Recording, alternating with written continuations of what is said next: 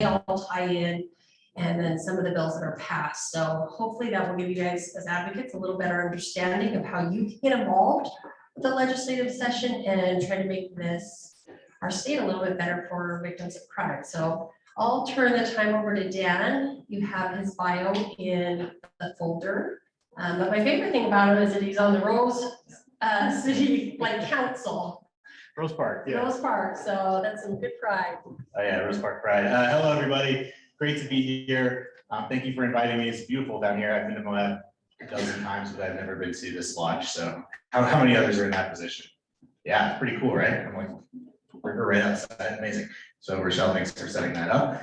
I am supposed to be with you for 2 hours talking about the legislative session and the legislative process generally. So we should get used to each other, I guess. I don't think I've ever presented to this group before. So help me out. Who, let's see, who here is a victim advocate? Is that almost everyone? Yes, okay. Who works in a police department? A lot of you. Who works in a prosecutor's office? Okay, who works in a like a community-based shelter or something else? Okay, great. Anything I missed that you want to share so I know who to direct? Oh, thank you, CJCs. Okay, great. Anything else? Yes. What's that? 2 days. Okay, I heard that one. Yeah, thank you. Okay, got it. So like state agencies. Cool. Great. Well, it sounds like we got a great diverse group here from the whole state and different agencies. So I guess most of you will probably have some, you'll be impacted in some way by a bill that passed this legislative session or will pass next legislative session. So the goal that I have today is just trying to get everybody to understand how to, first of all, how to participate if you do have something that you want to bring or a change you want to make through the legislative process, and then also to understand a couple of the more relevant bills that passed this year.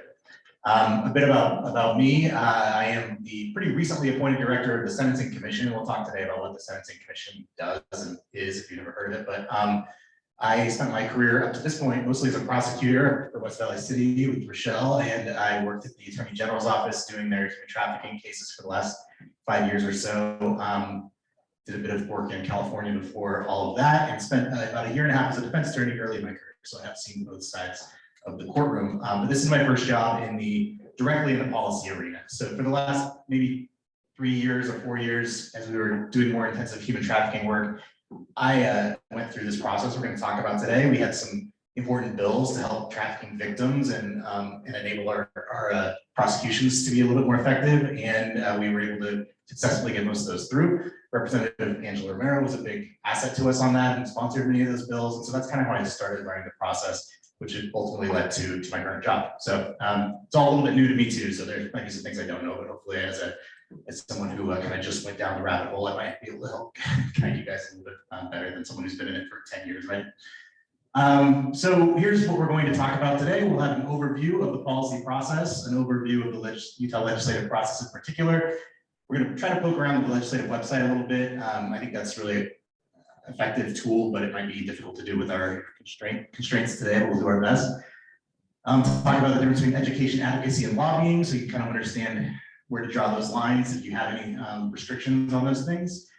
Tips for advocacy. We'll talk about where I work at CCJJ and the Sentencing Commission, and then we'll have a few resources for you before we dive into our second hour, which is covering the bills that we passed this year. So this is kind of a good visual overview of the policy process, and you can see it's just a big old circle. What that means to me is that this stuff's always happening.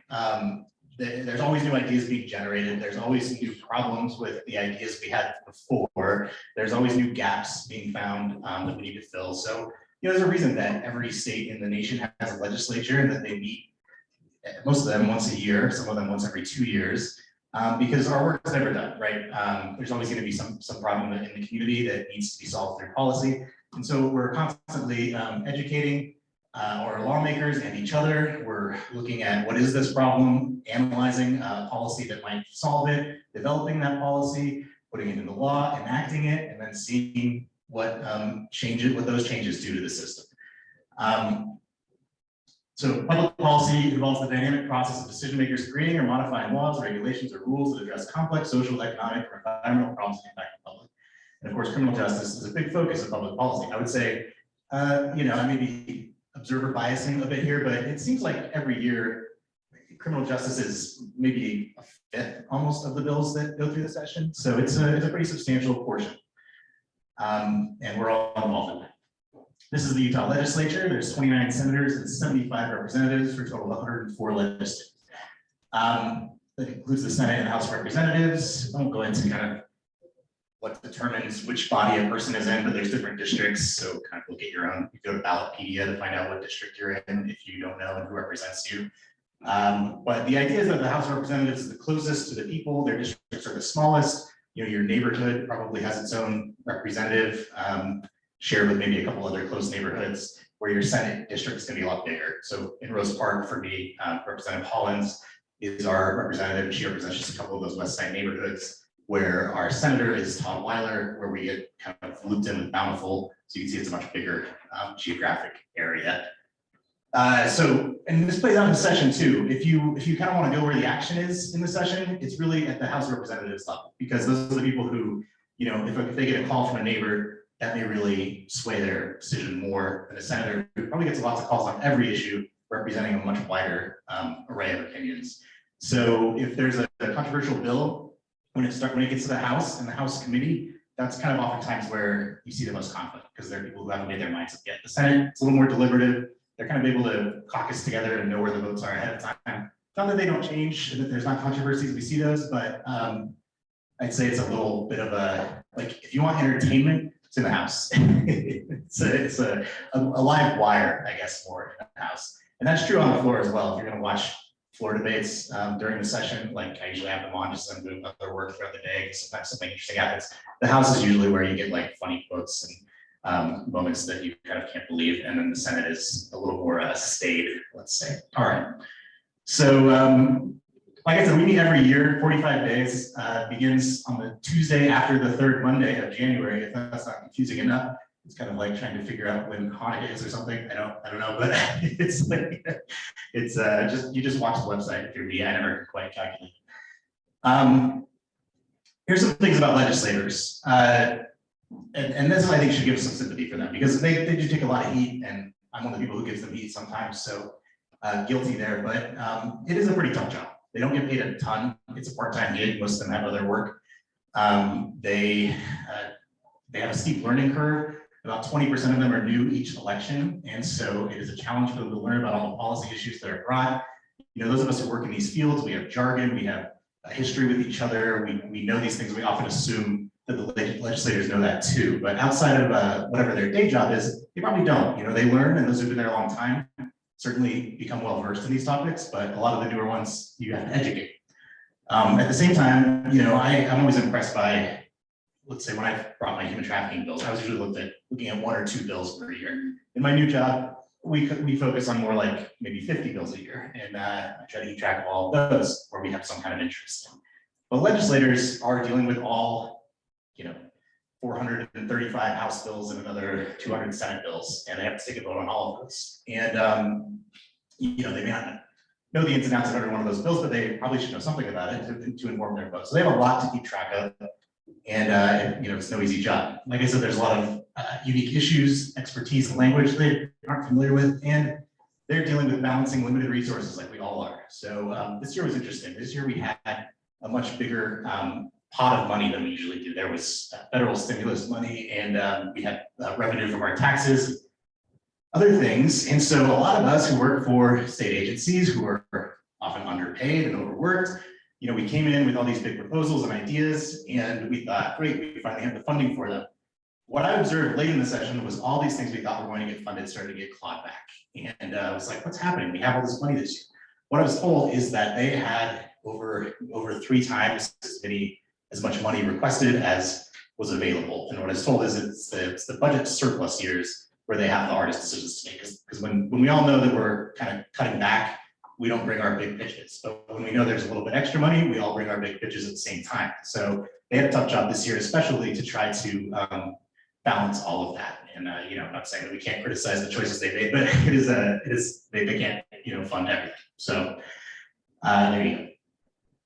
This is the cycle. So like I said, we meet once a year, and it is a little unusual. So I think more and more states are going to the meeting every year format. But before that, state legislatures often met only every 2 years. And even in Utah's history, we used to meet once a year for budget and once a year for new laws on the alternating schedules. So it was only our fairly recent history, I want to say, I don't know, 20 years maybe, where we started meeting annually for policy work.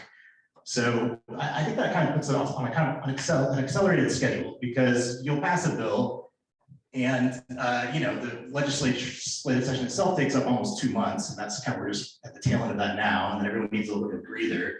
And now it's like we're already starting to talk about policies for next year. And if we don't get those in front of legislators the next maybe 6 months, they're probably going to be overwhelmed with other things. So anyway, it moves pretty fast, I guess is the point. I'll start where we were. We had January through March was the session itself, which we'll get into.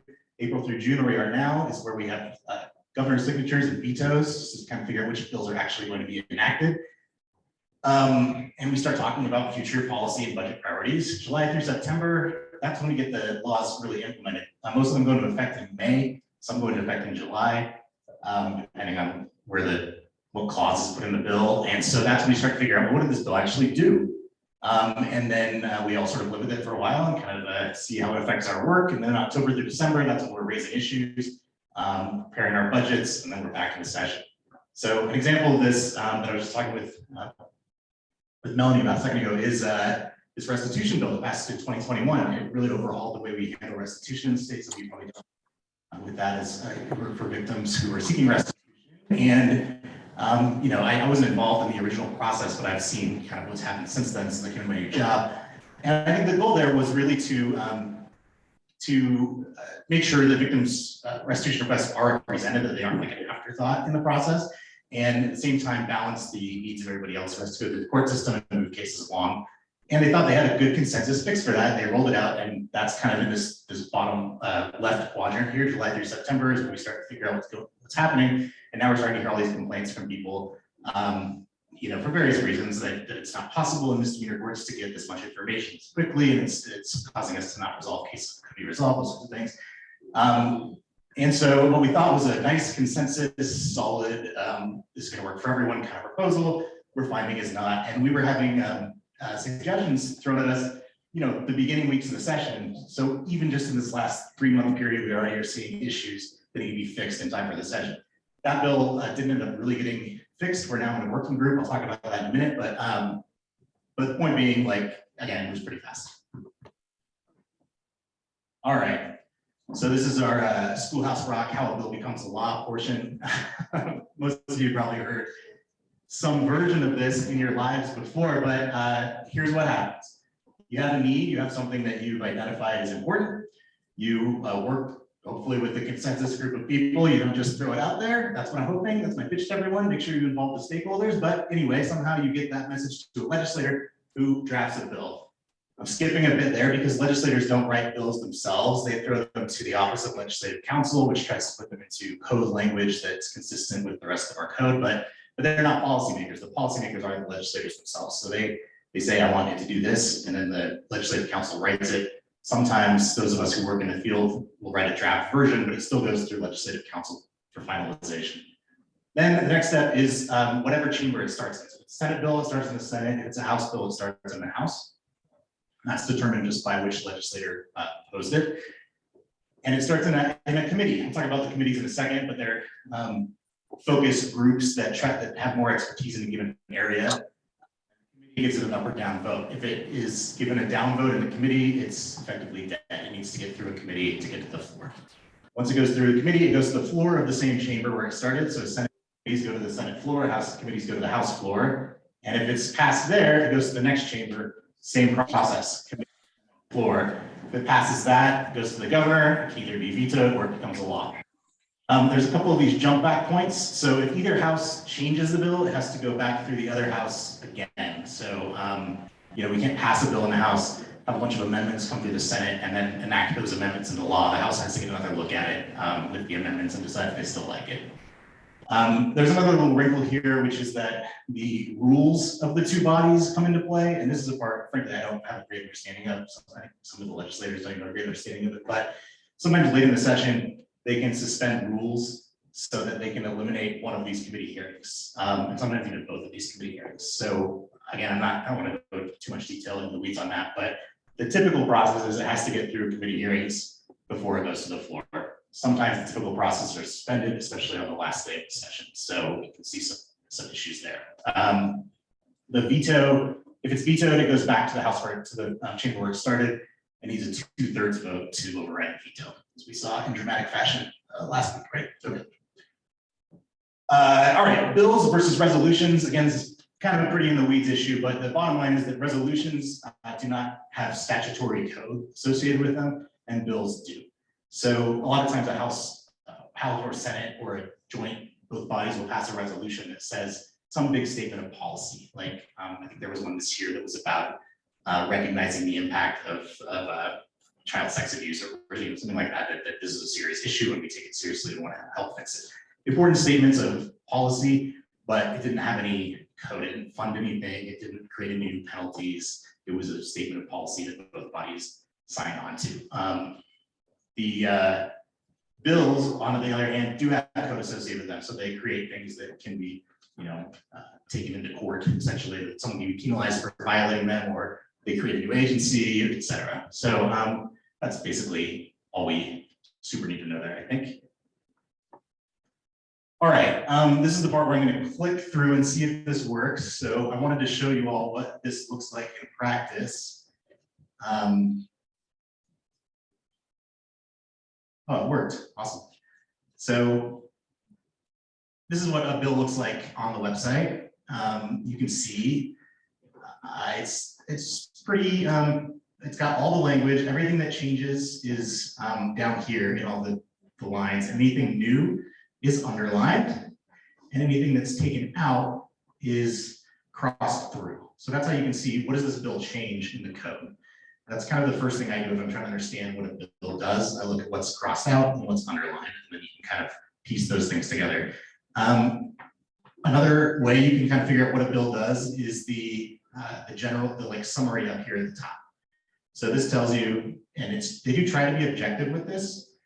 There is a little bit of gamesmanship here, but they try to be objective, and it summarizes what the bill does here. But it'll say things like, let's see what this one says. Well, there's always a mix technical and conforming changes, which usually means it's not that important. But sometimes they'll say things like, I'm trying to think of an example from this year, like sets requirements for registration on the sex offender registry. Okay, so that is a summary of what it does, but the important part is what are those requirements, right? That's where the rubber meets the road. So this is not always going to get you everything you need to know. I see there's an online question. Go ahead. Yes. Does the financial impact analysis of the bill happen pre-committee hearing? Yes, good question. I should have mentioned that. So any bill that is going to committee is sent out to the agencies it impacts, that may impact, for a fiscal impact statement. So some of you probably write these in your job. I know I used to. So you're supposed to estimate, like, okay, if we create a new criminal offense, for example, a new third-degree felony, then the Department of Corrections is going to have a chance to put in a fiscal impact statement to say how much is going to cost us if we convict, how many people are going to be convicted of this each year, how many probation agents is going to take to supervise those people, how many jail beds is going to take to go to jails, how many prison beds are taken to prison, and so forth. And then they'll send a fiscal note that is supposed to summarize all those costs. And it's not always additive. Sometimes costs are reduced, right? So if a penalty was eliminated or reduced, the Department of Corrections might say that will actually save us this much per year, right? So that's a quick example. Yeah, back there. I was wondering who decided which committee? Oh, good question. I don't know if I know the answer to that. Thank you. So the question was, who decides which committee the bills go to first?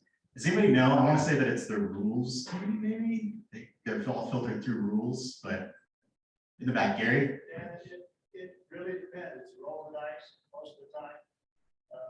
Even the sponsor trying to drag it in one direction or another. They both got rules. You might have some influence. Senate president in the House, to the Speaker, where they want it to go. That's where they guide it. Okay. So, So in the back, Gary Sheldon is saying that it's a combination of the House rules, the rules committees, which kind of distribute bills, or the leadership, the Senate, House, Senate President, and Speaker of the House, and his team, their teams, they determine where those go and sponsor themselves and kind of advocate for them to go on one committee or another. I would say for our purposes, most criminal justice bills go through one of the criminal justice committees, and I'll sum those up in a second. But sometimes you do see, one go through like the health and human services, especially the things that impact this group might go through those committees. So you kind of just have to watch. But as far as what goes into that process, it's always a bit of a mystery to me as well. And then the question about the fiscal impact statement, I don't know that there's any hard and fast deadline, but I think that because they do get amended and changed, but I think that they try to get the fiscal impact statements before the first committee hearing. And people writing those statements know that if they want them to have any impact, they need to be in front of the people who make the decision before the decision is made, right? So they try to get them before that first committee hearing, because that's really where the most action usually is. But I have seen them change, fiscal impact statements change right up until the final floor vote. So there you go.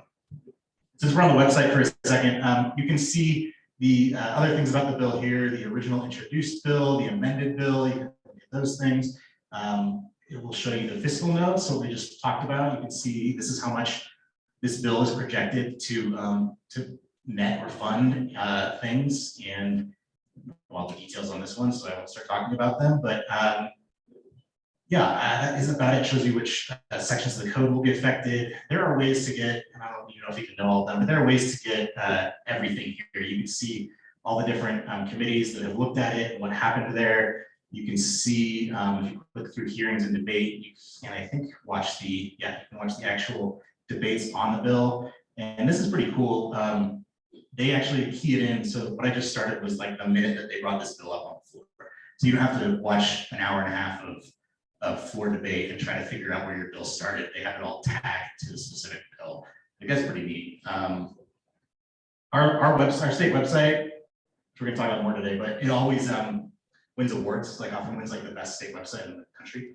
And so you can look at that two ways. One, we have a great website, or two, like what's wrong with all the other websites. But anyway, I think it is pretty good. Like it's not the most intuitive, but it has so much information. You can figure out how to get there, it's all there. So I like that. Any other questions before I move on? Okay. So these are the committees we were talking about earlier. I won't go through all of them, but there's appropriations committees are really important because they decide the budget stuff. I haven't really been involved in the appropriations committees process very much.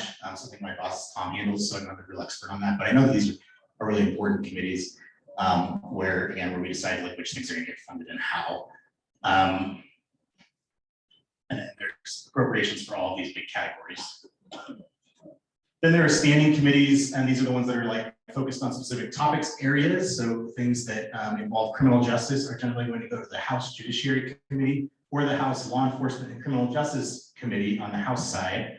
And frankly, this is kind of I don't really know how to make the distinctions between what goes to judiciary and what goes to law enforcement and criminal justice. But generally, the more a bill sort of impacts crime, like creates a new criminal section or something, it's more likely to go to the Law Enforcement Criminal Justice Committee. If it's more kind of generally a criminal justice topic, it'll probably go to judiciary. But there's no hard and fast rule there. And those two committees meet at the same time, which is kind of frustrating because sometimes you'll need to be in both at once, but they do usually meet, right across the hall from each other, or sometimes just across the courtyard from each other. So you can hopefully only, run in and do your one bill and then run over to the next one. But it's a bit chaotic because the agendas, even if they list the bills in a certain order, aren't necessarily going to go in that order because they call the ones that are ready to go when they're ready to go. And so, you kind of have to just be like texting someone in the other room and making sure that you can get to both if you have bills in. But a little easier on the Senate side, there's just one criminal justice committee, the Senate Judiciary Law Enforcement Criminal Justice Committee, and they hear the bills that affect criminal justice in the Senate. All right, any questions on the committees? There's obviously a whole lot more, but those are the three that really we focus on. There are interim committees when we're out of session. So when we're out of session, during the session when those committees are meeting weekly, typically. Outside of the session, they're meeting about monthly, sometimes not even monthly because they take breaks, but supposed to meet on the third Wednesday of each month. And they have joint committees during the interim. So instead of having House committees and Senate committees, they have joint interim committees. The Judiciary Interim Committee and the Law Enforcement and Criminal Justice Interim Committee that have both senators and House members on them. So an important thing about interim committees that I learned recently is that if something has been through an interim committee, it does not have to have that first committee hearing during the session. So it's like a shortcut. So if you have an issue that's ready to go and teed up, and you think you can get it on an interim committee agenda, it's being heard by both the Senate and the House because it's a joint committee. And they can give it an approval vote during the interim when frankly there's not quite as many eyes on it. It's a little less controversial typically in those interim committees. And then when the session goes, it's ready for a floor vote. I think it does have to, if it gets the first vote, so also go to the next one typically. But again, that doesn't always happen. So anyway, it's a good way to get your issue going if you have it in the interim to try to get on these agendas. They're usually not the most busy agendas. So if you have something ready to go, and you pitch it to the right people, the legislator themselves or a group like the Sentencing Commission, we can typically get it on an interim agenda and get it kind of approved before the session even starts. All right, we're gonna go back to the website for just a minute. I want to show you all how useful it can be. Again, it's award-winning. So here's what you see when you go to the website. And I'll tell you how I use it first, because that's what's intuitive to me. And I don't know if that'll be helpful to you or not, because there's a lot of different ways to use it. But the way I use it the most is just finding a bill. So if somebody calls me and says, hey, I have a concern about HB 14. I don't necessarily know what HB 14 is off the top of my head. There's a few that I do, but obviously I can't keep track of all of them. And key point, when you're talking to legislators, they also do not know all the bills off the top of their heads. They might know the numbers of the ones that they sponsored correctly. But if you just email your legislator, I have a concern about HB 14, and you don't explain what that bill is, you're not making much headway. So you need to keep in mind to explain what things are. Anyway, so you go to bills, 2022 bills, and you can just start clicking through. Look, there's House Bills 1 through 49. If I pull them up, you're going to get the individual bills themselves. If I go to HB 14, looks like it's about Board of Bank Advisors sunset extension, super exciting. And we get the same page that I showed you before. So that's one good way to be aware of it. The other thing I use it for a lot is the committees. So like I said, every bill is supposed to go through the right committee. And so a good way to track the things that are coming up, because a lot of things get proposed and they never really come through the process, but their first stop on the process is going to be the House committee or a Senate committee, or during the interim session, the interim committee. And those are all listed here. So you can click like the House Judiciary Committee, and you can see what's on their agendas. So this was their last meeting on March 1st. You can pull up their agenda and you can see, okay, they're talking about all of these Senate bills. So the Senate bills are going through the process. And then you can click on the Senate bills directly, see what they're about, see who's drafting them, if they've been amended, all that stuff, and start to educate yourself about what's going to be before the committee so that you can go to that committee and weigh in. And then the other thing I do a lot during the legislative session itself is just click on the calendar page to see what's coming up that week or that day. So let's go back to during the session. You can see there's a lot going on, but like, okay, on Wednesday, there was a House Judiciary Committee meeting, there was a House Law Enforcement and Criminal Justice Committee meeting. Like I said, they meet at the same time. So I want to click through and see, okay, what's going on in those meetings. Here's the agenda. And then you can actually log into the meetings directly here if they were happening, if these meetings aren't already over. But if it wasn't, you could click on a Zoom link and join that way. And you can comment via Zoom these days, so it's pretty smooth. You can do it from your office. And otherwise, you can look at where it's happening and show up.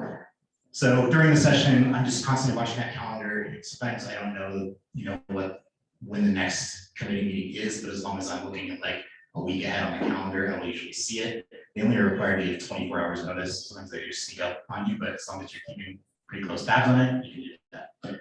Let's see, anything else about the website? Oh yeah, bill tracking. Another cool thing you can do is track bills directly. So if you know that you're really concerned about, let's say, HB 229, that's one I worked on a lot this year. You can click through, find HB 229. All right. And then you can track it. So if you go to bill tracking over here and click tracking page, you have to create an account. I'm not going to go through all this right now, but you create an account over here on the left where you log into My Legislature. And then every time you log into that account, it will just bring up the bills that you're tracking and show you where they are. If they have a committee hearing scheduled, there'll be a circle, or they have like some kind of circle around them or something that indicates that it's about to be on a committee hearing. So, most people who don't work day in, day out of legislative session are only really caring about maybe 4 or 5 bills. So if you have those on your tracking page, and you check your tracking page every day, you're gonna be able to track those pretty closely. So again, a pretty neat feature there. Any questions about the website? Thoughts, comments? I'll come back to it. The tracking page. Yeah, okay. All right, education, advocacy, and lobbying. This is a distinction that I had to keep in mind in my last job because I was working under a federal grant, and under federal grants, I'm sure fund a lot of your work as well. You're typically prohibited from certain political actions like lobbying, but you also are often in a real expert on an area that is impacted by a lot of bills.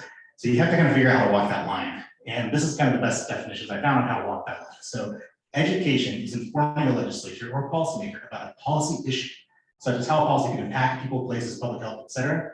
Should always be accurate and unbiased. Advocacy is individual or collective efforts of multiple people who publicly support or oppose a bill, communicating their stance to policymakers. And lobbying is education with persuasion, where you're directly asking a legislator or policymaker to specifically vote for or against a bill or a policy.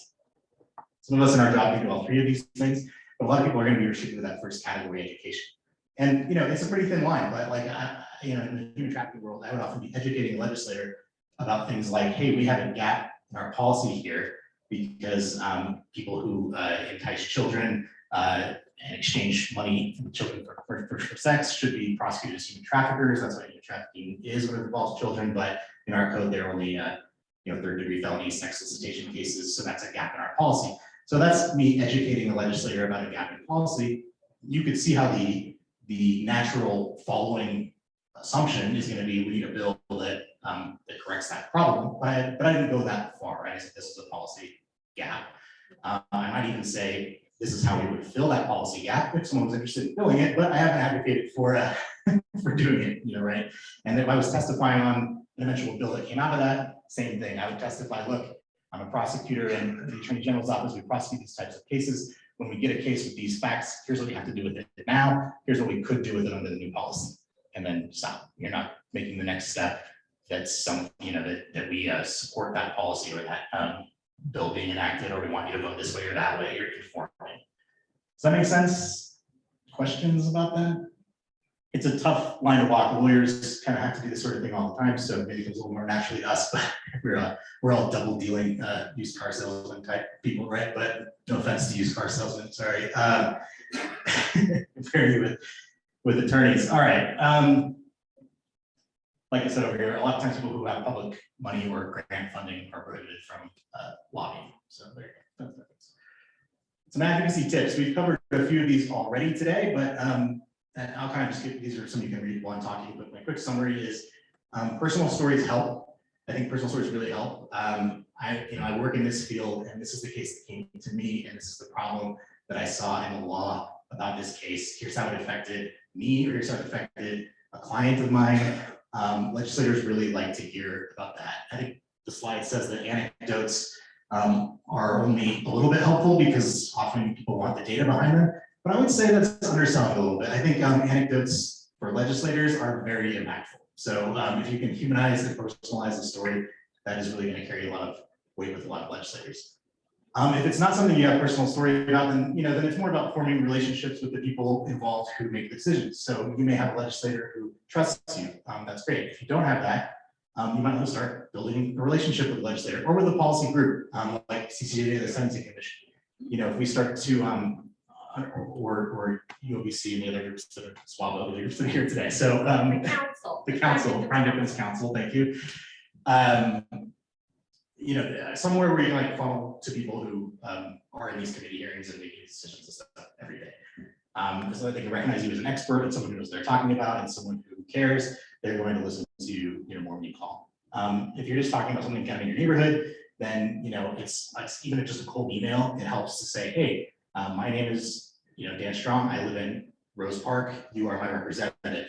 Start with that, so they know that they're not just hearing from like a listserv type thing, or sometimes there's like online advocacy groups that just get form letters from a bunch of people. So try to make it clear that you're a real person with a real issue right off the bat. Then bring it to the issue you're talking about and explain it again in a way that is not just a reference to a line of code, but try to explain what the real issue is. Don't just throw out the Senate or House bill number, but talk about the policy itself. And then ask, if you can talk more about it with the legislator, and they often will entertain those requests. If you're presenting in the hearing, I'd say, those of you who have that role, if you're actually coming to a committee hearing to testify, know that you only have about 2 minutes, and shorter the better typically, because people kind of stop listening after maybe the first 30 seconds or so. And it's a good idea to try to have, if you have a quick infographic, if you're not just one of the 2-minute commenters, but you're brought along as an advocate for a bill by a legislator, you'll have more time. And in those cases, it's good to have a quick PowerPoint presentation or something with data to point to. That's helpful. And yeah, stick to the key messaging points. You always are opening yourself up to questions when you're presenting before the legislature. So that's something I was trying to keep in mind when I was presenting towards the AG's office, because the AG's office has positions on 100 issues, and I'm there to talk about one issue and maybe just a couple aspects of that issue.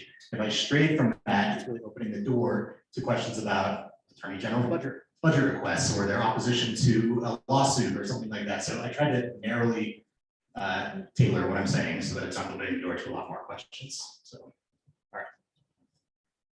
Okay, so as I talk a bit about what I do, and this is kind of hopefully relevant to other larger groups as well. There's a bunch of commissions. There's a ton of boards and commissions.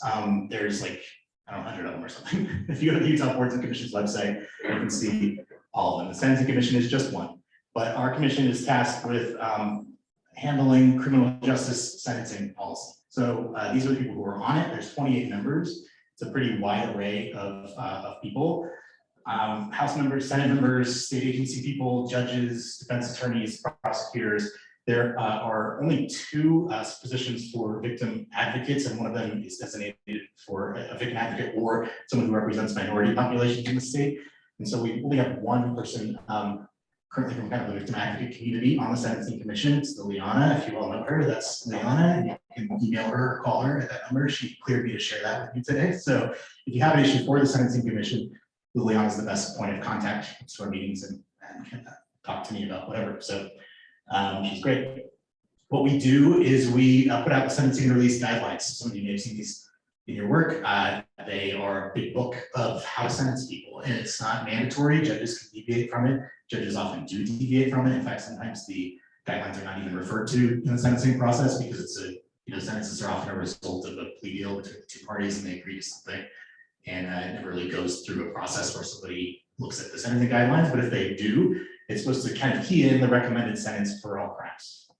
Supervision length guidelines do kind of the same thing, but for supervision. We now are writing a collateral consequences guide, which is supposed to indicate all the penalties or kind of impacts to someone's life that might come out of a criminal conviction, aside from just a sentence. So things like licensing or housing or immigration consequences. And then we do this master offense list, where we're supposed to list all of the things in state code and their penalties. So a big job just to kind of keep track of all this. And that's kind of part 1 of what we do. Part 2 is the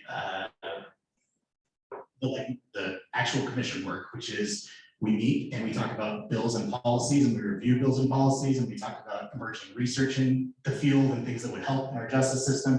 And we try to get those things before the legislature. Our meetings are all public, so if anybody wants to be involved in the Sentencing Commission meeting, all you have to do is show up. Of course, you're not a voting member unless you're one of the 28 appointed people, but you can show up and talk and let us know what's on your mind, and we will listen. And our subcommittee work, especially, we can really involve a lot more stakeholders because we're working on specific things. I'll talk about some of those later today. We go through the bills, but like restitution is what we're going to be looking at this year. So we involve a lot of people who aren't even on the Sentencing Commission, but have expertise in that area. And the goal is to put together a policy proposal that that group likes, that then the Sentencing Commission will likely support, hopefully. All right. Some of our principles, I would say, I would call it perspective driven, which means one of my goals is to make sure that anything that comes through that affects criminal sentencing has been vetted by people from different perspectives. So that includes prosecutors, includes defense attorneys, includes victim advocates, includes crime victim community itself. It includes educators and experts in criminal justice and so on. We try to get policies that are evidence-based, meaning that they are actually tailored to solve the problem that we've identified. So oftentimes somebody will say we have a problem, there's more violent crime lately than there was before. And it's sort of self-apparent that the solution to that is stiffer sentences. Well, what if that's not always the case? What if a stiffer sentence means that we're sending more people to meet other criminals and develop, a more robust criminal network, and it shows that when they get out, they commit more crimes. I'm not saying that's always the case, but that's one response to that type of argument. And so we want to make sure, does the data show that this penalty is going to address that problem? And it may address it for somebody at the individual level, then maybe we use it in the individual case, but is it the right way to set policy for everyone else? So those are the types of things we try to deal with. Reducing recidivism is a key goal, again, because that is kind of like the one thing that if you're able to get people who commit crimes to not commit any more crimes after the first one, then that is going to have a big impact on public safety, and it's going to be, it's going to follow through that it's an evidence-based solution to that problem. So that's kind of a silver bullet to reduce recidivism. Very hard to do, but if a policy does that, generally that's going to be something the Sentencing Commission supports. And that we always also, of course, want to protect public safety. A key goal of all criminal justice is protecting public safety, and our sentencing policies must promote that goal. Policies that reduce recidivism must also preserve public safety. For example, if we decided not to arrest anybody or send them to prison ever again, that would reduce recidivism, but probably a public safety nightmare, right? So you don't want to solve things that way either. So that's the line we try to work. That's the Utah Sentencing Commission. We work under CCJJ. Some of you may have heard CCJJ. It's kind of the umbrella criminal justice policy arm of the state. It has kind of two iterations. It's a pretty unique little entity in that it's, on the one hand, on this left side, it's kind of an executive branch agency. It's a quasi cabinet position for the CCJJ director who works with the governor. And then, has a staff that does research and writes reports and does all kinds of things that an executive branch agency does. But it is also, as the title suggests, a commission, a policy advisory commission, just like the Sentencing Commission, that also has a bunch of members who meet and discuss things that are outside of the executive branch agency. So there's a commission that's a bunch of stakeholders statewide, and there's an agency that is, employees of the executive branch of the governor. And so that can get a little bit messy to try to figure out where those lines are, but just kind of keep in mind those are the two things CCJJ does. There's a bunch of organizations within CCJJ. So UOBC is one, the Sentencing Commission is one, JPEC, they write reviews on judges or assessments on judges. They go out to voters. The Indigent Defense Commission, which tries to improve representation for indigent folks in our state who need representation. All of that is under the CCJJ umbrella. But there's different levels of kind of freedom and separation from the executive branch. So we don't necessarily want the governor's policy dictating what all of those organizations say about criminal justice. So often it's just a funding source, but there's independence of the agencies under the umbrella. Anyway, getting a little bit in the weeds here, but that's CCJJ. This is our director, Tom Ross. Tom's a great guy. He came from the Bountiful Police Department. He was the chief of that department. He's maybe the first person to hold this position who wasn't an attorney in criminal justice realm, that I'm aware of anyway. So kind of a steep learning curve for Tom. He's done a great job coming in and getting a lot of people together and trying to be a bridge builder and a consensus builder. So it's a great guy to work for. He's very responsive. If you have an issue, bring it to Tom and he will meet with you. He will meet with just, civilians who are concerned about something, very open to work. So this is our organizational structure that I mentioned before. Again, just a lot of different criminal justice groups, all kind of under this big umbrella. They meet often as well. I won't go through all the different meetings, but again, those meetings are all public. If you want to get involved with CCJJ, just say the word. We have websites. If you want to access my PowerPoint presentation through the whatever Rochelle is sharing later, you can go to our website and see all the reports we do.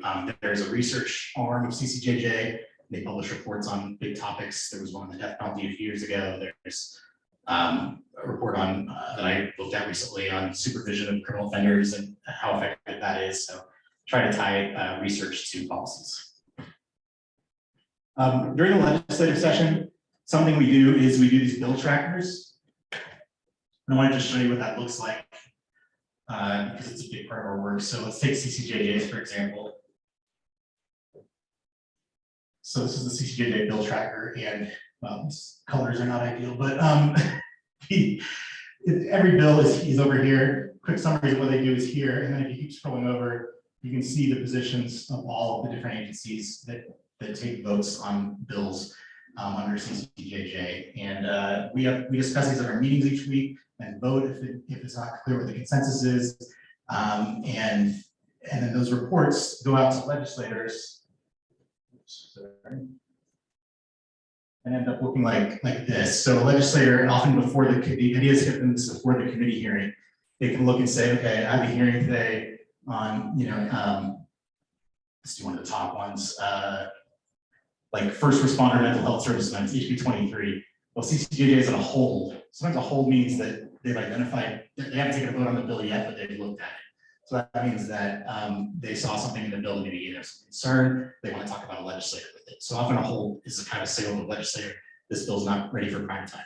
Other groups have to be on support or hold or support. Anyway, so you can see that it gives an idea, a quick look to see, hey, what does the criminal justice community think of this bill? Starting at CCJJ and then with all the little subgroups indicated as well.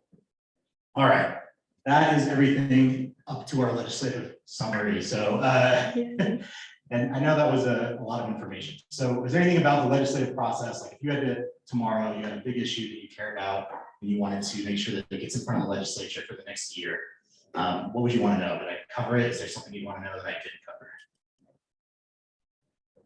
Well, I think that was very helpful, so thank you. Do we want to move on to this now, or is there a break? I think we can move on. Okay, great. We'll keep going. So part 2 of the presentation is about what bills passed this year that you need to be aware of.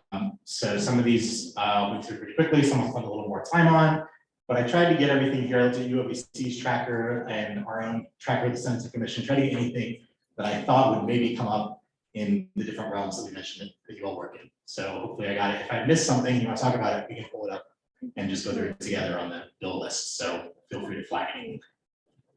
So the first one is repeals the sunset date on the Council of Crime Victims. Council of Crime Victims is a 27-member body, just like one of those other commissions I mentioned, that makes recommendations to the legislature and the executive branch and the judicial council on policies affecting crime victims. I'm sure you're all familiar with it. This bill extended it indefinitely, no sunset. So this is really good for people who like this committee, I think we all do, or this council, I think we all do, but a little issue behind the scenes here that you may not be as aware of is, like I said, there are a ton of boards and commissions, and we're, in a state with a pretty conservative legislature that doesn't want to see government expand outward indefinitely or infinitely. So there's a few folks in the legislature, Senator Thatcher is one, and you would be fine with me sharing this, who thinks that we should not have any commissions at all that don't sunset. He thinks everything should have a sunset date. He thinks the maximum should be 5 years. So every 5 years, we should be looking at these commissions and saying, let's look at the last 5 years. Did they accomplish their goals? Are they still useful to have around? Are they worth devoting funds or resources to? If so, we'll extend them another 5 years. And so through his efforts and some others, almost all commissions and boards are now seeing those sunset provisions. But the Council of Crime Victims was extended indefinitely, so we were in a unique category there. So I watched the debate on this, and that came up, and the response was, well, we're always going to need a council on crime victims. That's good vote of confidence for crime victims. HB 28, offender supervision modifications.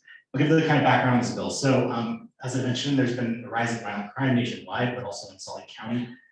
And there's been a lot of reporting, particularly from KUTVs, kind of focused on this, on cases where somebody was under supervision or they'd already been convicted of serious crime and they commit another, much more serious crime. Things happen and they're terrible, but there's been a lot of attention to this recently. And so there were committee hearings where they kind of called in APP and some folks from corrections and asked like what's going on. They were pretty pointed committee hearings, I'll say, and it was pretty clear that Representative Lisenby and some others in the legislature were concerned that we're not doing enough to supervise our violent criminal population, people who've committed felonies and are now on supervision. We're not doing enough to track them. We're not doing enough to kind of keep them when they commit a new crime, et cetera. So this bill is really targeted to address that, and it does some important things. So it says that jails must detain, if there's a parolee, basically the whole bill applies to parolees and probationers, people who are already on supervision, right? So for that category of person, if they're arrested for a new violent felony or domestic violence offense, including misdemeanors, except criminal mischief. This is kind of a weird wrinkle, I'm sure this group will not love, and I don't either, but people keep writing bills that include all domestic violence offenses but carve out criminal mischief. So I don't, it was necessary to get the bill passed in this case, but to get domestic violence included at all, that was a concession that was made. So, maybe that's an area where we who believe that criminal mischief is a serious offense and traumatizing for the people who experience it, need to maybe find a way to deliver that message, because I think some of the legislature don't take it as seriously as other domestic violence offenses. So that's something I learned from this process. But if somebody commits one of those new offenses while on probation, the jails basically have to hold them until they've notified their supervising agent if they of the new arrest or gotten a court to agree to the release. The Department of Corrections have to notify courts of the probation or parolee violation that include a new violent felony or DV offense, sorry for the typo there. Yeah, and so basically it's sort of like you got to hold them until you've notified people. So there's not as much of a revolving door if somebody gets in and immediately bails out or is overcognizance out without anyone knowing that, hey, that was a probation or parolee committed a new offense. All right, and then the big thing it does for the Sentencing Commission that I'll talk about just briefly because probably I was the most involved with, but I don't know how many are aware of this, but back when JRI passed in 2015, one of the big problems we were seeing statewide was that sentences were all over the place. So, somebody who was arrested in Grand County may get maybe sent to prison for a first offense on third-degree felony and or even a second-degree felony and have to do a whole year, where the typical resolution for that case in, let's say, Salt Lake County would be probation, no jail time, right? So there's like a lot of disparity between the rural areas and urban areas. So the solution was to try to create consistent guidelines, and sentencing guidelines were a big part of that. And there were also statutory provisions that tried to say, if you have somebody in this category, this is the right type of sentence. Some of those things were discretionary, like the sentencing guideline, some of them were mandatory. One of the things that was mandatory was that for probation or parolees who get arrested for a new offense, the sentence on their parole or probation violation had to be in these lockstep incarceration categories. So 30 or 60 or 90 days for a first, second, or third offense for people who are on probation. I think it's 60, 90, or 120 for people who are on parole. There are exceptions. So for anything that was anyone who was a serious public safety threat, there was an exception, they could be held indefinitely, but there are a few other exceptions. But the kind of starting point, at least, was the judge had to either do those lockstep incarceration capped sentences, or declare that it was an exception to that rule. So this is something that got a lot of criticism because we all want criminal offenders to either, if they're dangerous, we need to be incapacitated, we want them to be held, or if there's a shot at rehabilitation through some kind of program, we want them to go through that program. These incarceration cap systems were criticized because 30 or 60 or 90 days to a repeat offender is not that much of a penalty. So we had a lot of people saying, hey, I would rather just go do my 30 days than go through your program that might actually reduce my risk, right? So we heard that criticism, and this bill was in part intended to address that criticism. What the bill originally did was said, no more incarceration caps. We won't do them all. Then it was changed a little bit to say, okay, we can have them, but we can have 90 days for probationers and 180, I think it was, for parolees, and the judge can sentence anywhere within that range. And that seemed pretty good. That's kind of where the bill was going. And so kind of near the end of the process, our commission looked at it and said, you know what, it's sort of weird that these are mandatory at all. Like the sentencing guidelines are supposed to be discretionary. They're supposed to give a court a good starting point, but they're not supposed to be boxing people in, right? They're not supposed to be, this is applicable one size fits all for every case. And so the compromise we eventually reached with the bill's sponsor was that we will give courts back their discretion to ignore these incarceration caps if they want to, the same way that they can ignore our sentencing matrices, because those are just supposed to be guidelines. So that is a big change that comes out of this, that if you have a serious offender who goes to court on a probation or parole violation, although the guidelines will still exist, the court can deviate from them for any reason where they don't have to really look at them at all. So we kind of ceded some of our authority over that process in the interest of giving groups discretion who are supposed to have discretion within our system. Make sense? Okay, and we also, by the way, are revising these. So even though they would still be in the guidelines as discretionary caps, we are going to change them. So there's not this lockstep 30, 60, 90. It's going to be 90 for probation, 180 for parole, with some guidance about what types of people to take more seriously, but not with this kind of first, second, third offense. So we want, like, bottom line that I took out of this, we want the guidelines to help get consistency statewide. We don't want these huge disparate results statewide, but we also don't want them to be like a gameable system, something that's so predictable that somebody knows when they get arrested what their penalty is going to be, and therefore kind of making this like economic calculation about whether it's worth committing the offense if they know they're only going to do 30 days, or whether it's worth avoiding drug court if they know they're only going to do 60, right? Something like that. So we don't want it to be as predictable, but we do want it to be more consistent than it was before. All right. HB 81, sexual cessation notice. This is something that I have a lot of background with my days in the human trafficking world. Oh, Gary, you're back. Just on the last bill, Dan, so yeah, I just wanted to mention that the legislative auditors are looking at the probation and parole, and they're really interested in hearing from victims who were victimized by someone who was on probation or parole. When Dan talks about the evidence-based part of what we try to do, they want to hear from some of the people. There are all these anecdotal stories out there about people who were victimized by people who were on probation or parole. They want to talk to those folks. They want to hear about their experiences. So I can give you the name of that auditor. His name is Brendan, B-R-E-N-D-O-N, Ressler, R-E-S-S-L-E-R. Here, pause for 1 second so I can say it for the OWL people. So the OWL people is the derogatory term, sorry. It sounds like one anyway. Gary is saying that, do you want me to mic back? Okay, let me just repeat it. The legislative auditors are auditing the probation parole situation. They want to hear directly from victims who have been victimized by people on probation or parole. And the auditor is conducting that audit. His name is Brendan Ressler, B-R-E-N-D-O-N, Ressler, R-E-S-S-L-E-R. And his phone number is 385-216-9905. So they want to hear directly from people who are being victimized in these scenarios so they can get it straight from them, and then they can do their research to see the facts of the case to help give some guidance for the legislature. Thank you. There's another question in the back.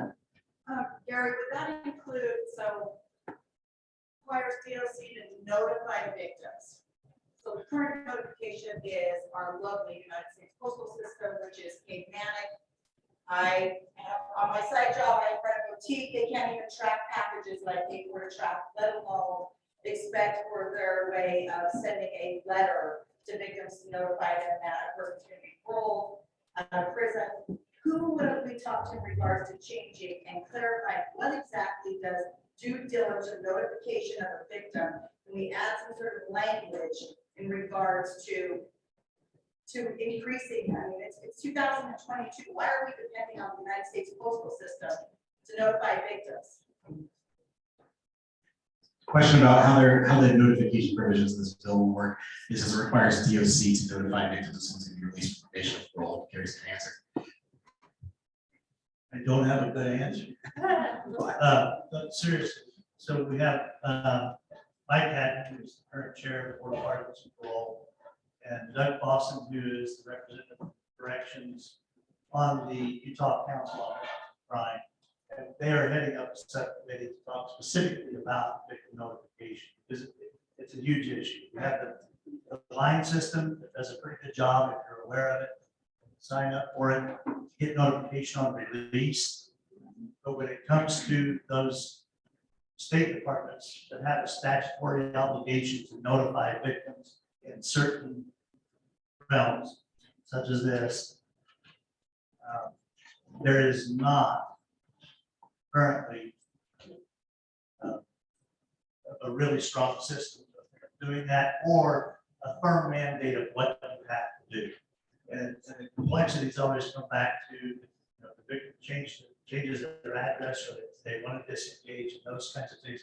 How do we make it easier for them to update that address and information in one spot, as opposed to a victim thinking, okay, if I want restitution, I got to stay connected to the prosecutor. If I want notification on release, I got to stay connected to the prison. If I want notification about parole hearings, I got to stay connected to the board. We've got to create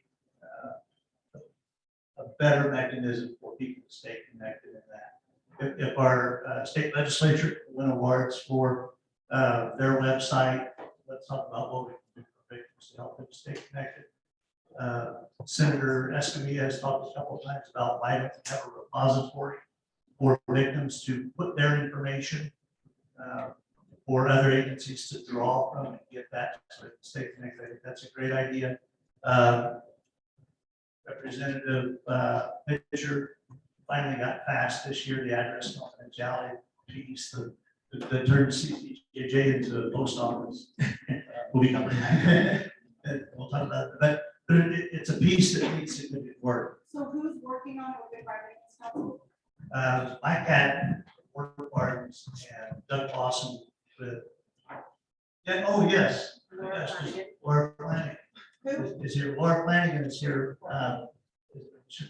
Let Laura have a minute to maybe introduce herself. Yeah, I'm sorry, I've been on the presentation. Sorry. Laura's a victim advocate that came out of 2018's House Bill 177 on trauma-informed criminal justice system. She's a victim advocate. She works with DHS on substance abuse and mental health. Her key role is to work with victims that will interact with board of pardons and parole. And we know this is a huge area where we've got a ton of mileage to make up.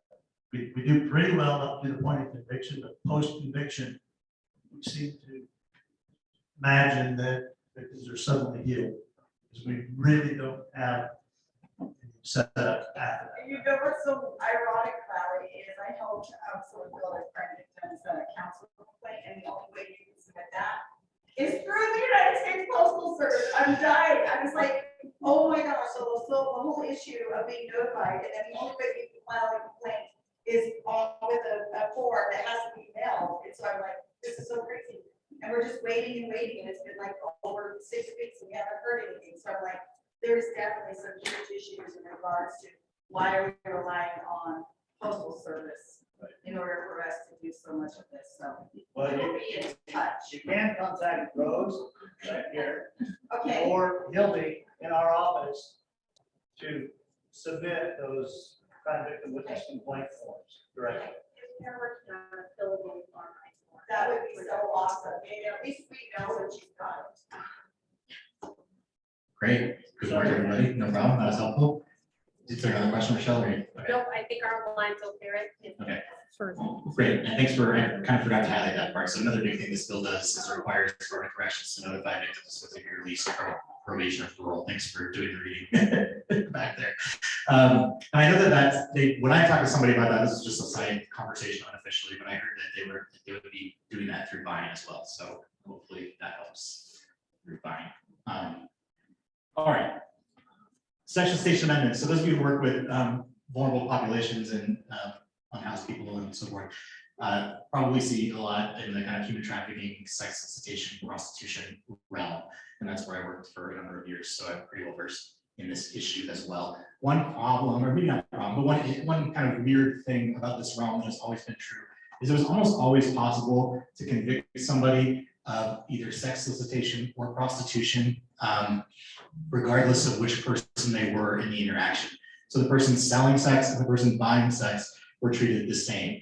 And so a few years ago, there was a bill by Senator Weiler to increase penalties and from Class B to a Class A misdemeanor, and then a third degree felony for subsequent offenses, third and fourth offenses anyway, and on. The kind of rationale for that bill was, we know human sex trafficking is a big problem, the prostitution is a problem in our communities, and we really want to go after the demand side. We really want to go after people purchasing sex, and the demand side is the problem, so they increase penalties. But they didn't solve that issue I was talking about, which is you can also always prosecute the sellers of sex under the same codes, because they use phrases like anybody who exchanges, sex for money or a thing of value, which obviously both people in the transaction are kind of doing that. They include the soliciting language in both codes, so somebody who's advertising would be guilty both ways. So they end up increasing penalties on the sellers as well. And what we learned in this realm, those of you who work in it often probably know that often the people selling sex are really, are victims of terrible crime. Not always sex trafficking, but often sex trafficking, and if not that, then they're usually people who live pretty tragic lives in a pretty desperate situation. Like, people don't love working in this field. It's not something people seek out, right? It's something people find themselves in after a lot of trauma. So this bill tries to recognize that and separate the two things. And so it makes some changes to the code, and we'll go into all those, but basically divides up those things more evenly, so that if you are a seller, you're treated one way, and if you're a purchaser, you're treated a different way. And then it clarifies that those increased penalties that came in a few years ago apply to the purchasers, not to the sellers, and not people who are often victimized. So in effect, it reduces the penalty now for prostitution or for selling sex down to a B misdemeanor, which is where it was before the law changed a few years ago. But it keeps the higher penalty for purchasers. So pretty good change, I think. Any questions about that one? Oh, another thing it does that may be important to victims in this arena is it requires people who are convicted of the purchasing part of the crime to go through what they call a John school. That's the unofficial term. I'm sure there's a more official term, but that's the one that was used in the committee debate. But it's like an education program for purchasers, so that those people will understand the kind of harm that this crime causes in our society and to those victims. Varying degrees of research on whether those things are effective at all, but at least it's another program to send somebody to if they get convicted. So there you go. All right, HB 17 is what Gary was talking about a second ago, the Victim Address Confidentiality Program. A lot of states, not quite sure the total number, but I think like at least 20, have a program like this, where if somebody's a victim of a crime, they can have their address kept confidentially and kind of have like a forwarding system, so that only the state knows their real address. And their mail is kind of forwarded by the state. So there were a few different attempts to get this into law over the years, and there were concerns from different, this was law enforcement who raised concerns that this would impact their work, and it was moved around a couple of times. I don't know the whole history, but anyway, it ended up being placed within CCJJ. You see this happening a lot with CCJJ, because I kind of mentioned it's this big umbrella organization, and so if there's a criminal justice issue that no one quite knows kind of where to put it, oftentimes it ends up with us. Which I think we're mostly okay with. We want to be involved, but this is a new field for us. We've never been involved with the mail before, so we'll see how it goes. But we are implementing this program. We have some funding to do it. We're going to be, I think, hiring somebody to do it. So it's still in the early stages, but the basic idea is that if you're a victim of a crime and you opt into the program, you have to show that you have moved within the last 90 days or intend to move within the next 90 days to an address not known to the defendant who committed the offense against you, or you're a family member of such a person. And if that's the case, you can register for the program. There's a bunch of forms to fill out that haven't been developed yet. They will be. And then basically someone who's trying to reach you would send to a fictitious address that would go to CCJJ, and then they would forward your mail to the real address. And then of course there's requirements that CCJJ has to keep those things confidential. There's some exceptions for law enforcement to be able to access that address in certain circumstances. And that's kind of the bill. I know there's probably a lot of questions about this one, and probably not know the answer to a lot of them yet, because this is very early stages of a big program that's still being developed, but any questions that I might be able to answer. Okay, if you're interested in learning more about this or being involved in the process, I would say reach out to, I guess start with me or Gary, and we'll get you in touch with the right people at CCJJ. And I think we're gonna need a lot of help getting this off the ground, to be honest. So if you're interested in it, feel free to reach out. What's the start date on it? I don't know. Do you know, Gary? 23 sometime. Yeah, 2023. Okay. Yeah. All right. Victims' rights amendments. This requires a prosecutor to notify victims of potential plea resolutions. This is the only part of the code that changed, so I just put it in quotes. Because when a case involving a victim may resolve before trial with a plea deal, the prosecutor shall notify the victim of that possibility as soon as practicable. And if a victim makes a request for that information, the prosecutor shall explain the details of the plea deal. Having been a prosecutor, I thought this was a little bit odd, because I was under the impression we already had to do this. There's victim notification provisions in the Victim Bill of Rights and even the Constitution and so forth. that say that we have to inform victims at every relevant stage or critical stage of the process, which certainly includes a plea deal in my mind. I've always seen it in training, so we're trained to do this anyway, but I understand that we fall short, and so the statute, or they fall short. I don't have to loop myself in anymore with that, those scoundrels, stop just kidding. Prosecutors fall short, and so this puts it in code, they have to, so I think it's a benefit to victims. Right, any questions about that? Okay, probably a pretty simple one. DUIs for a second offense within 10 years are now a class A misdemeanor. So it used to go first offense B, second offense B, third offense is a felony. Now it goes BA felony. So it's a more of a lockstep system. You probably know that class A misdemeanors go to district court, where B and C misdemeanors can go to justice court. So this will put more DUIs in the district court purview, which could be good or bad, depending on how much you like your justice court, I guess. But that's what it does. The sentencing for DUIs is still pretty rigorously governed by different statutes. Like there's mandatory jail provisions for a second, there's the interlock restrictions, there's driver's license consequences. None of that has really changed. It's just that the second offense is a class A misdemeanor. There's a bigger range of jail available in the other district court. Question? Online questions for 134. Okay, there's an online question for 134, which is Sorry, Sorry. does 134 only apply to felonies? Does it only apply to felonies? I don't think so. I didn't see anything in there that was just about felonies. So I would assume it applies everywhere. And Is anybody know then different? Okay, so something in the back saying yes, it applies to all, right? when it says it gives it more teeth, what are the consequences for non-compliance? Well, that's a good question, and you could ask that question. So, sorry, the question for those of you who can hear is, I said that this gives more teeth because it's in statute, but what are the penalties for a prosecutor who doesn't do it? You could ask this question about a lot of things in the code, because there are a lot of things in our criminal code that say a person shall do this or shall do that. Like every year, I'm supposed to present a report by a certain date.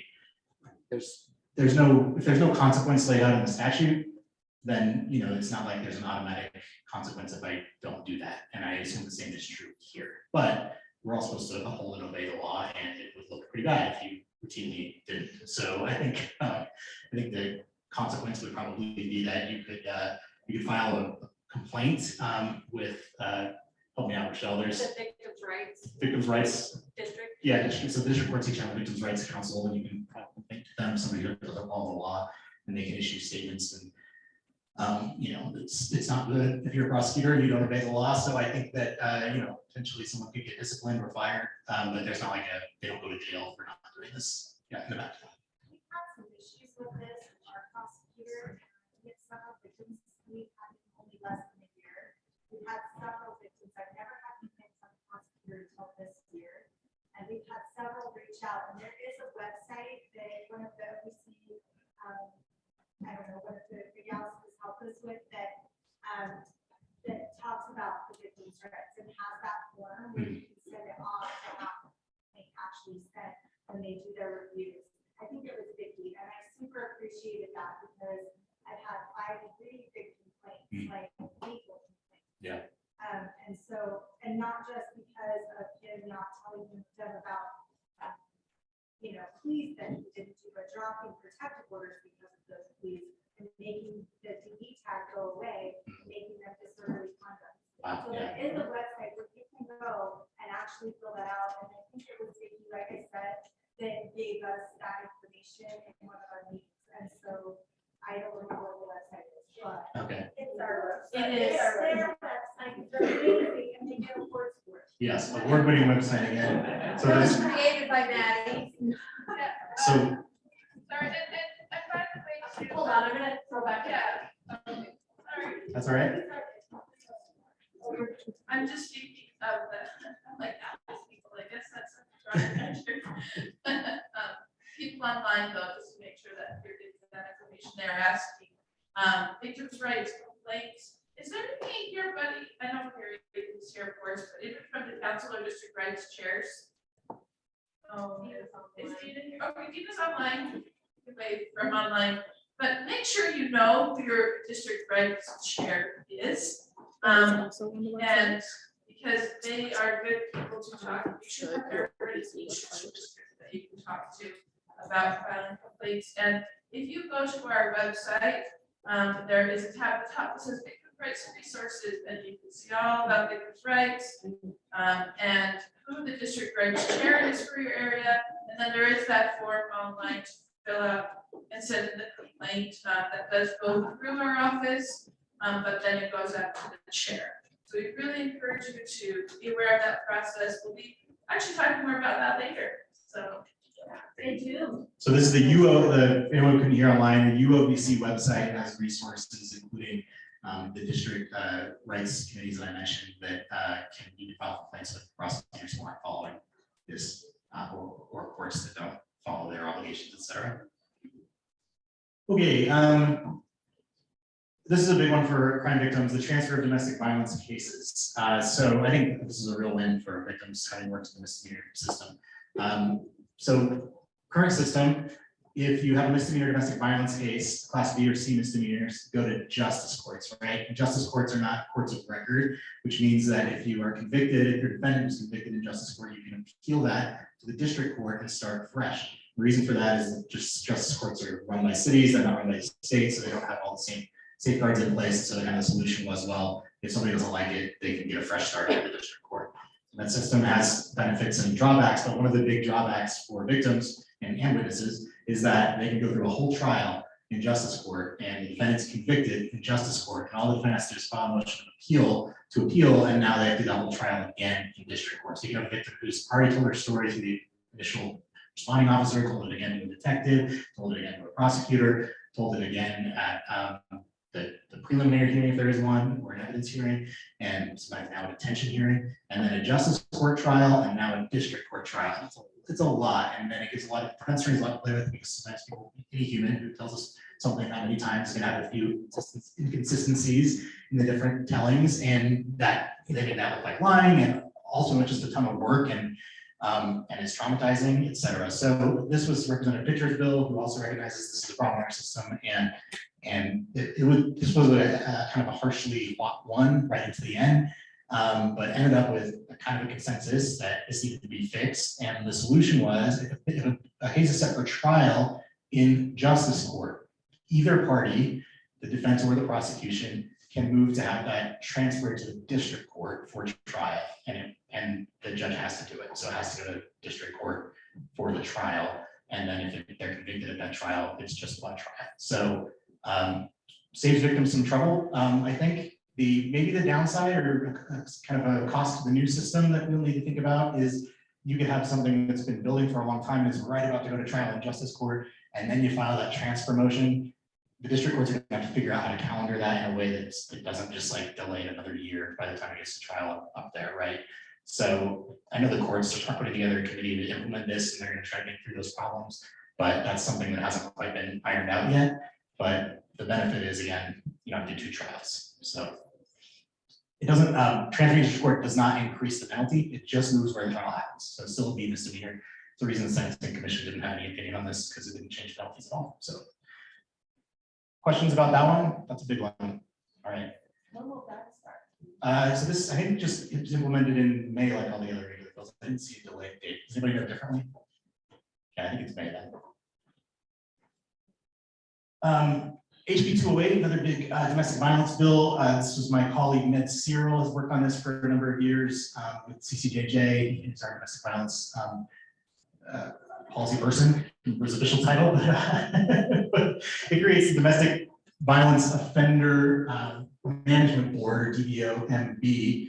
And the idea is, as you probably know, if somebody's convicted of domestic violence, they're sent to treatment, and it's just supposed to be 16 weeks of treatment, where there's not a lot of specificity on what that looks like, or how effective it needs to be, or so forth and so on. So the idea of this board is that we'll be creating requirements for those things. So it's a board that is going to look at the domestic violence treatment realm and say, okay, what treatment actually works, what doesn't, and evaluate what treatment providers are out there and license them according to whether they provide the right kind of treatment or not, and then report those. I guess it's not licensing technically, but it's they're gonna have like an approved list of providers that will go out to the courts, and the courts will have that to know where to send people, where they can provide that list. So you have to go to a DOMB approved treatment program, and ideally those treatment programs will assess the offenders to determine what kind of treatment they need and so forth. So trying to get more evidence-based practices in the domestic violence treatment system. Doesn't have a lot in the bill about exactly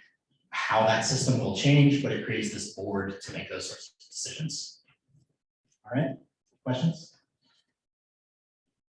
Okay, property and financial offenses. Anyone who works with victims of white collar crime, I guess, for lack of a better term, or just high value property offenses, if that's a better term, may have dealt with this. This was a bill that the kind of the complaint starting the bill was, we have our justice system geared towards penalizing violence, but it's not very well geared towards penalizing substantial financial loss, which often has a more significant impact on victims than violence, right? Like if most of us can choose between losing $500,000 or being assaulted, I don't know, might be a tough choice. Depends on the assault, I guess, right? Like but you can lose generations of wealth, right? But if you go to the system, it often talks about violent crime, and for a risk assessment, it talks about people who are low resourced are trying to be more risk, which white collar criminals often have high resources, so they kind of key in as low risk. So the bill was trying to solve that problem. And it tried to create mandatory sentences or pretty mandatory sentences, strong prison presumptions for people who commit crime where the value is above, the value of the loss is above $50,000. It went through, the controversy with the bill was that anytime you try to create mandatory or strong prison sentences in code, we worry about somebody who might not fit that bill being kind of boxed into the sentence. And so anyway, that was negotiated, and what came out of it was that the Sentencing Commission will tweak its guidelines, will create new guidelines, in fact, specifically for high value financial offenses that include a matrix that includes the prison presumptions that were in the original bill, but does so in the sentencing guidelines instead of in code. Question in the back there?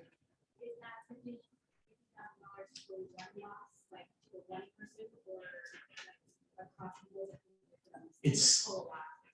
So we're aggregating the we're in the process of writing the guidelines, but what's being talked about right now is that it would be aggregate loss, so that a criminal who steals more than $50,000 from any number of people added up would qualify for the stronger sentencing. Another thing it does is gives the prosecutors more ability to subpoena financial records so that they can key in restitution orders. So sometimes for these high value crimes, the defendant will claim they don't have any assets, and it's kind of hard for the prosecutor to disprove that. And this gives more like subpoena powers for them to do that. So this is still a bit of a work in progress, because like I said, we're tweaking. What came out of it was that we want to do this, we want to do it with sentencing guidelines, not in code. And so there's a committee, the sentencing committee, the committee of the Sentencing Commission is working on that now. One of the things we're trying to sort through is how restitution payments should play in. And I think this is a big one for victims. So we really want to incentivize people to pay restitution, right? So we could say something like, if you pay half of your restitution, then you could, you could get out of the prison recommendation or something like that. We could write it that way. The concern that's been raised about that is we're sort of giving rich criminals a better sentence than poor criminals, right? That they happen to have enough money to pay it back, so they don't have to go to prison. It's a little iffy there, but we'd love to hear from people who represent victims on this. Is it worth making that sort of a trade-off so that people pay their restitution and pay it quickly, even if it means that they don't serve their time? So reach out to me if you have thoughts on that, and we can get you in touch with the committee. Public prosecutor modifications, this ended up doing very little, so I'll move through pretty quickly. But the original bill was really trying to box in prosecutors a lot and reduce their discretion to file things as lesser offenses, to plead them out as lesser offenses. It was a mess for prosecutors. It ended up just being giving slightly less charging flexibility for prosecutors. It says that they can't file felony charges as B or C misdemeanors in justice courts. They still can do that in district courts. I don't know if that happens very often, but they could reduce felony to a B or C misdemeanor as long as they file it to the district court. This prohibits doing the same thing in justice court. Questions in the back? So a prosecutor has some discretion to file felony charges as lesser offenses, like they can do, and I'm not super, I may be saying a bit wrong, I'm not super expert in how far down they can go from what sort of thing. They can do as an attempt, or there's a case like that just allows them to do something, file something one level down if they want to, just part of their discretion. There was some controversy, I think, in Utah County about the prosecution's office doing this too much. So this bill was trying to rein that in. and then it was watered down quite a bit, and now it just says you can't do that in justice courts. Well, the reason you were doing that is Just say it's on it.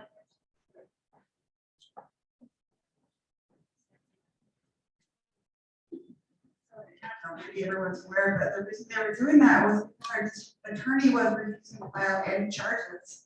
So we were enlisting our city prosecutors to file them instead. Oh, wow. So this does the opposite of what you want then. Yeah, so that, Well, that's really interesting, because I don't know the background on this, but I understand, the rumor, I guess, and take it for what it is that it was intended to, the original bill was trying to stop those practices in the county, at the county attorney level. And then it was watered down a lot, and this is what came out of it. But I wasn't aware of the issue you brought up until now, so maybe something to raise with the legislators who wrote the bill. I'm not sure where it came from, but yeah, it does sound like that would kind of prohibit that end around strategy that you're talking about. So, sorry about that. I did not know that this TV show existed though. Is anyone gonna go watch Public Prosecutor Volume 1? 4 exciting episodes. It looks intriguing. I bet it was canceled and only had 4 exciting episodes. But then it's also Volume 1, so maybe it went on. Does anybody know? Is this a lost TV classic? I don't know.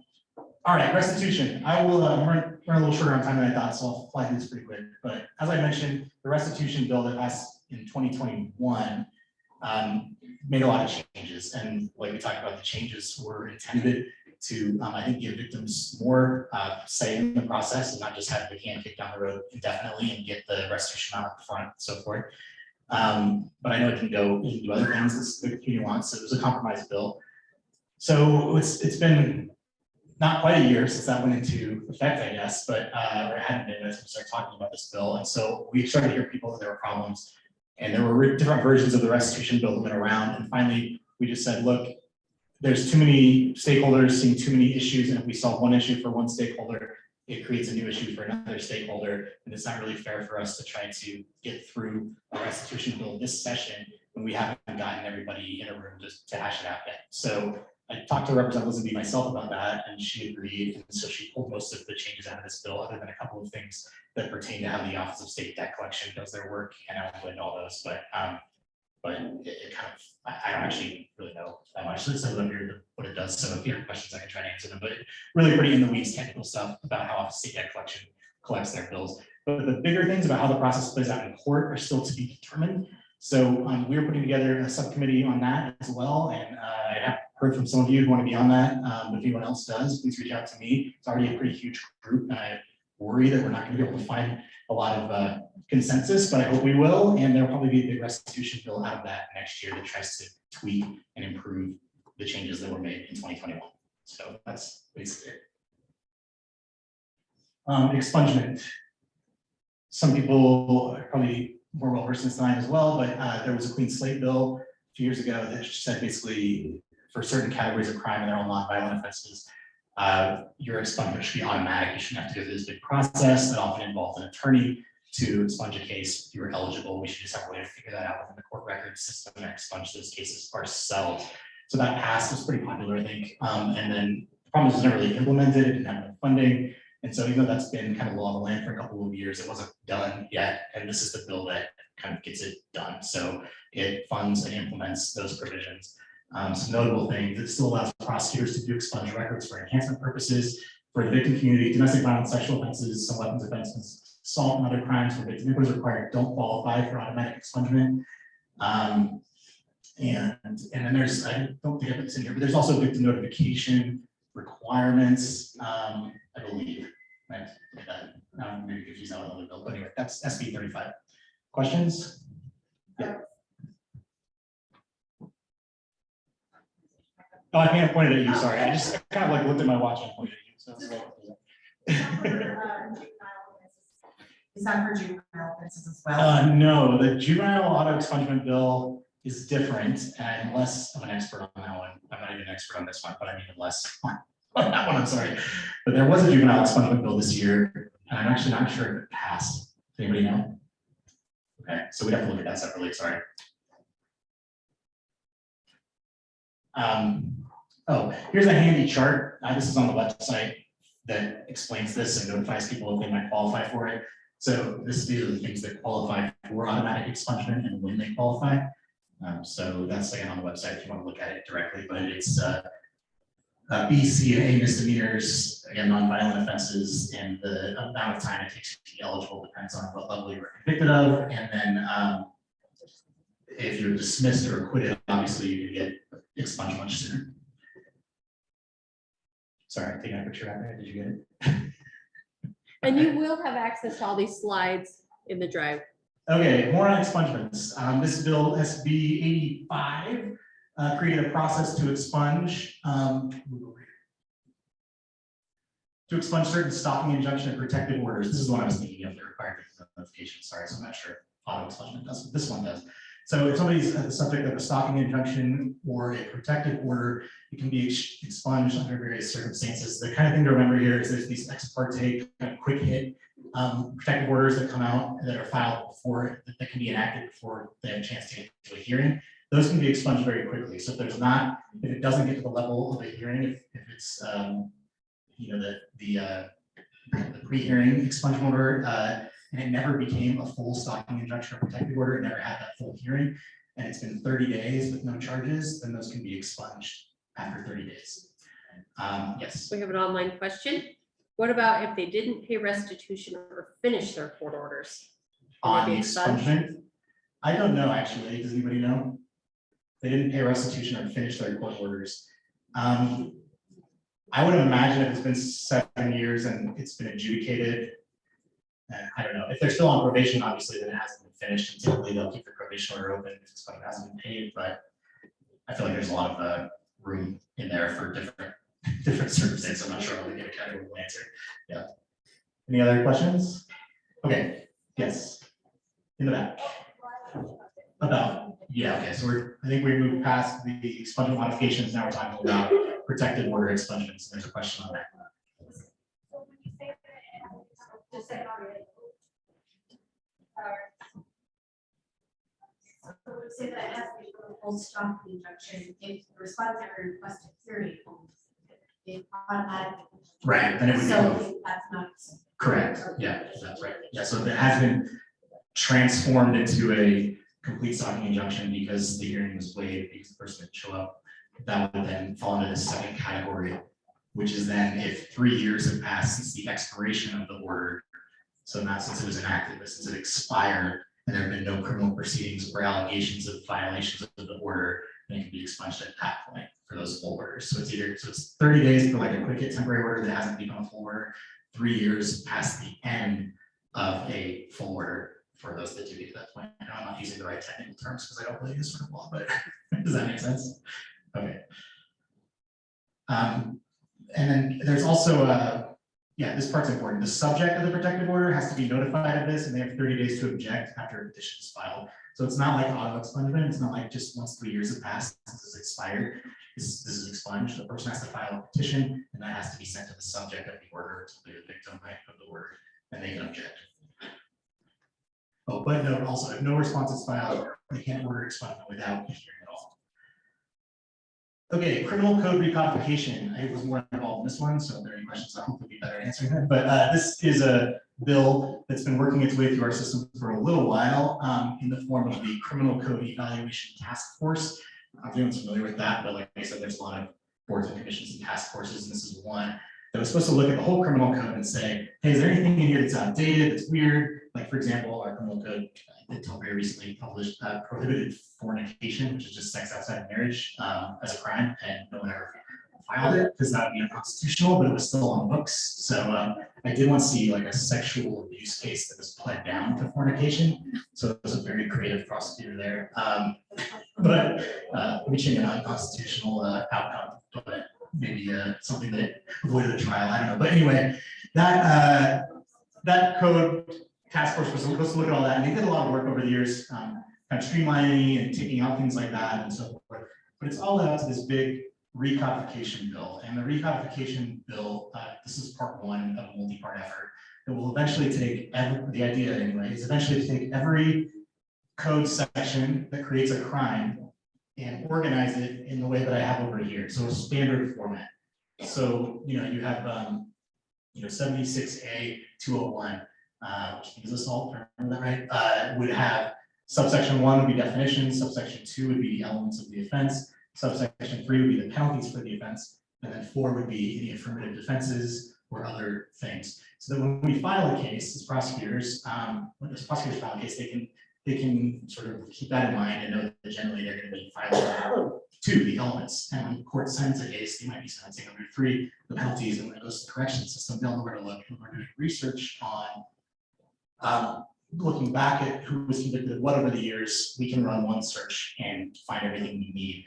The problem that exists in the current world is that there's really no consistency between these things, and some code sections use definitions from another code section, and the elements are all over the place. So it leads to confusion. It leads to sometimes like you try to file something online, the court's drop-down system doesn't have the same code section that you're trying to file under because they've cited the penalties and you're trying to cite the elements. And anyway, it leads to record-keeping messes and makes it very hard for us to track data. So over the long term, this will be a good solution. It will make our code more streamlined and easier to use. In the short term, though, it's going to transform our bunch of records in confusing ways. So something that was filed under subsection 3 last year might be filed under subsection 2 this year. And so it's going to take a lot of work for those of us who keep those books of records to figure that out. And so if you're involved in such a job, just be aware of this. This current bill only applies to subsections, or chapters 76.5 and 76.5. I think it's actually 5B, not 5A, but anyway, it's 2 of the chapters in the code. But the idea again is eventually to do all of them. So there you go. Questions about that one? SB 167, sexual exploitation of a minor. This is another bill that was kind of partially, well, it's not the right word, it was vigorously fought by different entities. So it came out of Cache County and the AG's office primarily, and complaints that we've heard in the media for years that people who commit sexual offense of a minor, sexual exploitation of a minor, which is, you know, I don't want to use the term child porn because that is the term most people use. So child porn or child sexual abuse imagery cases are filed in Utah under sexual exploitation of a minor. And we've heard that many feel that sentencing in that arena is too light.